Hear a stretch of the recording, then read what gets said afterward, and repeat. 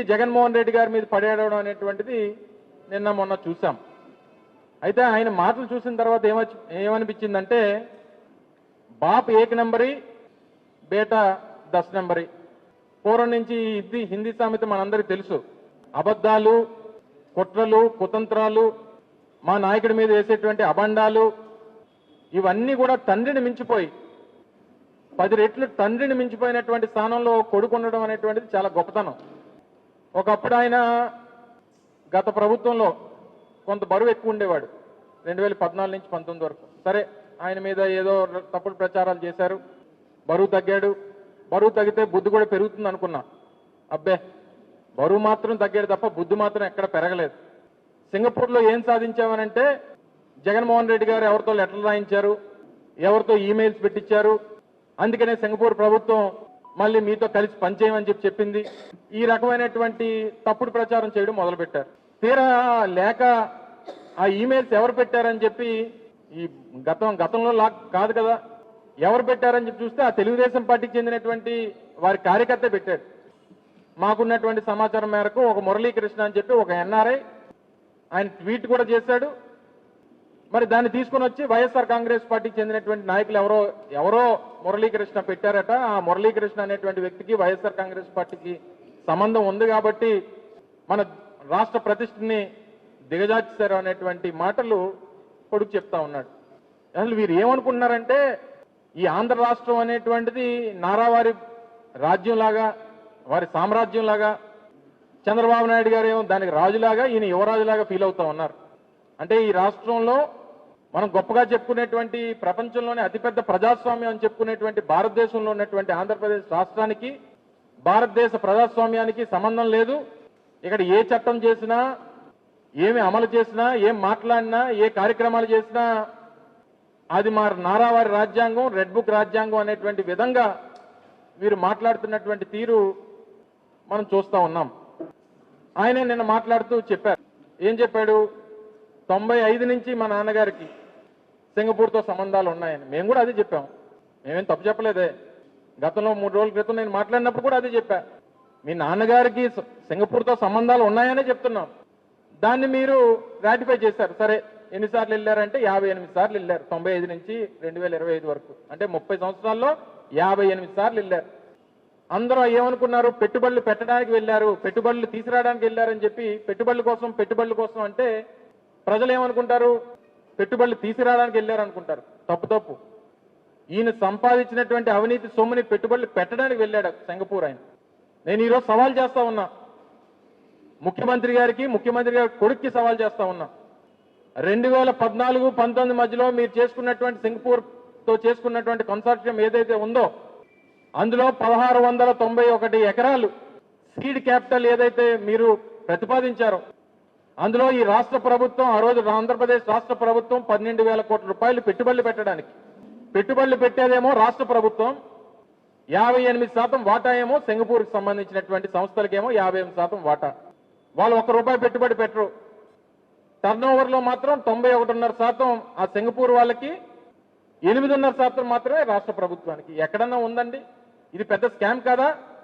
దీని మీద చర్చకి తండ్రి కొడుకులు సిద్ధమని అడుగుతా ఉన్నాం వైఎస్ఆర్ కాంగ్రెస్ పార్టీ తరఫున. మొత్తంగా నీ బిజినెస్ పార్ట్నర్ ఈశ్వరంతో, ఎవరైతే సింగపూర్లో మొన్నటి వరకు జైలు జీవితం గడిపినటువంటి ఈశ్వరన్ను నీకు బిజినెస్ పార్ట్నర్ కాదా?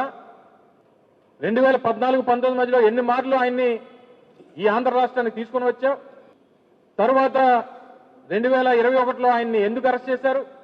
ఒక అవినీతి పరుడు అని చెప్పి ఆయన మీద ఎలిగేషన్స్ వచ్చి అవి రుజువైతే ఆయన అరెస్ట్ చేసినటువంటి మాట వాస్తవం కదా?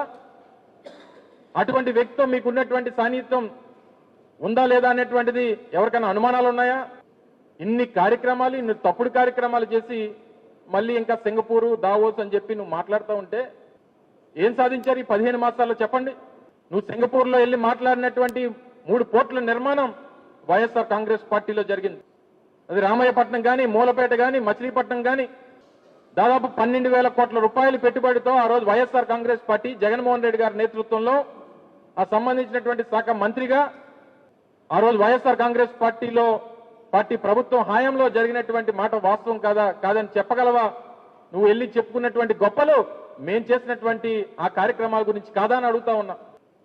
నువ్వు చెప్పినటువంటి అదాని డాటా సెంటర్ గురించి వెళ్ళి గొప్పలు చెప్పుకున్నావు. ఆ డాటా సెంటర్ని విశాఖపట్నానికి ఆంధ్ర రాష్ట్రానికి తీసుకొచ్చింది వైఎస్ఆర్ కాంగ్రెస్ పార్టీ కాదా అని అడుగుతా ఉన్నా. నువ్వు చెప్పుకున్నటువంటి ఆర్సిల్లర్ మిట్టల్ 2022 ఆ రోజు దావోస్లో వైఎస్ఆర్ కాంగ్రెస్ పార్టీ నేతృత్వంలో, ఆ రోజు ప్రభుత్వ నేతృత్వంలో జగన్మోహన్ రెడ్డి గారు ముఖ్యమంత్రిగా ఆ రోజు ఆదిత్య మిట్టల్ గారితో జరిగినటువంటి మాటలు కానీ ఒప్పందాలు కానీ వాటి గురించి కూడా చెప్పుకున్నటువంటి గొప్పలు వైఎస్ఆర్ కాంగ్రెస్ పార్టీ ప్రభుత్వ హాయంలో కాదా అని అడుగుతా ఉన్నా. చెప్పు, నువ్వు చేసినటువంటి ఒక్క కార్యక్రమం గురించైనా చెప్పుకోగలిగావా? 2014-19 మధ్యలో జరిగినటువంటి ఏ ఒక్క కార్యక్రమం అన్నా, లేదా 95 నుంచి 2014 వరకు అప్పుడు ఒక 2 మార్లు ముఖ్యమంత్రి గారు నీ తండ్రి గారు, లేదా 2014 నుంచి 19 వరకు మరొకసారి మూడోసారి ముఖ్యమంత్రిగా మీ తండ్రి గారు చేసినటువంటి ఏ ఒక్క కార్యక్రమం గురించి అని చెప్పుకోగలిగావా? గడిచినటువంటి 30 సంవత్సరాల్లో దగ్గర 15 సంవత్సరాలు ఈ రాష్ట్రానికి ముఖ్యమంత్రిగా మీ తండ్రి పనిచేశాడు. ఉమ్మడి రాష్ట్రంలో కూడా ఇదే 974 కిలోమీటర్ల సముద్ర తీరం ఈ రాష్ట్రానికి ఉంది. ఏ ఒక్క రోజన్నా ఈ రాష్ట్రంలో ఈ సముద్ర తీరాన్ని వినియోగించుకొని వచ్చినటువంటి వనరులను వినియోగించుకొని పోర్టుల నిర్మాణం చేయాలన్నటువంటి ఆలోచన ఎప్పుడన్నా మీకు కానీ మీ తండ్రికి కానీ వచ్చిందా? కేవలం 5 సంవత్సరాల అధికారం ఇచ్చినటువంటి రాష్ట్ర ప్రజలకి వైఎస్ఆర్ కాంగ్రెస్ పార్టీ హయాంలో జగన్మోహన్ రెడ్డి గారి నేతృత్వంలో ప్రధానమైనటువంటి 3 పోర్టుల నిర్మాణం, రామాయపట్నం అయితే దాదాపు 90%, మచిలీపట్నం 50%, మూలపేట దగ్గర 60-70% పూర్తి చేశాం మా హయాంలో. ఈరోజు నువ్వు బ్లూ ఎకానమీ అని చెప్పుకుంటున్నటువంటి గొప్పలు చెప్పుకున్నటువంటి వాటికి పునాదులు వేసింది వైఎస్ఆర్ కాంగ్రెస్ పార్టీ ప్రభుత్వం. ఈరోజు ఆ బ్లూ ఎకానమీ ద్వారా ఆ పోర్టులు పరిసర ప్రాంతాల్లో కొన్ని వేల ఎకరాలు ఈరోజు పారిశ్రామికంగా అభివృద్ధి చెందేటువంటి దానికి అవకాశం ఉంది. ఈరోజు సర్వేగంతో నిర్మాణం అవుతున్నటువంటి భోగపురం ఇంటర్నేషనల్ ఎయిర్పోర్ట్ మే 3వ తారీఖున 2023 శంకుస్థాపన చేశాం. మా హయాంలోనే పెద్ద ఎత్తున పనులు జరిగి ఈరోజు ఆల్మోస్ట్ మరో 6-7 మాసాలు పూర్తయ్యేటువంటి దానికి సిద్ధంగా ఉంది. ఒక ల్యాండ్ ఎక్విజిషన్ లేదు, దాన్ని ఏ రకంగా సాల్వ్ చేయాలనేటువంటి తాపత్రయం లేదు. భూసేకరణప్పుడు మాత్రం మన భూములు ఎక్కడ బయట ఉండిపోవాలి, పక్కవాడి భూములు పోవాలి, తద్వారా ఏ రకంగా రియల్ ఎస్టేట్ చేసుకోవాలనేటువంటి తాపత్రయమే తప్ప ఒక ప్రాజెక్ట్ పూర్తి చేయాలనేటువంటి ఆలోచన ఏ రోజు ఉంది మీకు? ఈరోజు విశాఖపట్నంలో భూములు విశాఖపట్నం అమ్మకానికి పెట్టారు ఎట్ ద రేట్ ఆఫ్ 99 పైసలు. సరే, పేరున్నటువంటి ఐటీ కంపెనీలు TCS, ఇన్ఫోసిస్ ఆ సంస్థలకు ఇచ్చారు, వెల్ అండ్ గుడ్, అందరూ వెల్కమ్ చేస్తారు. మరి రియల్ ఎస్టేట్ సంస్థల సంగతి ఏంటి? ఈ సత్వా సంగతి ఏంటి? ఈ ఉర్సా సంగతి ఏంటి? ఈ కపిల్ సంగతి ఏంటి? ఈ లూలు మాల్ సంగతి ఏంటి?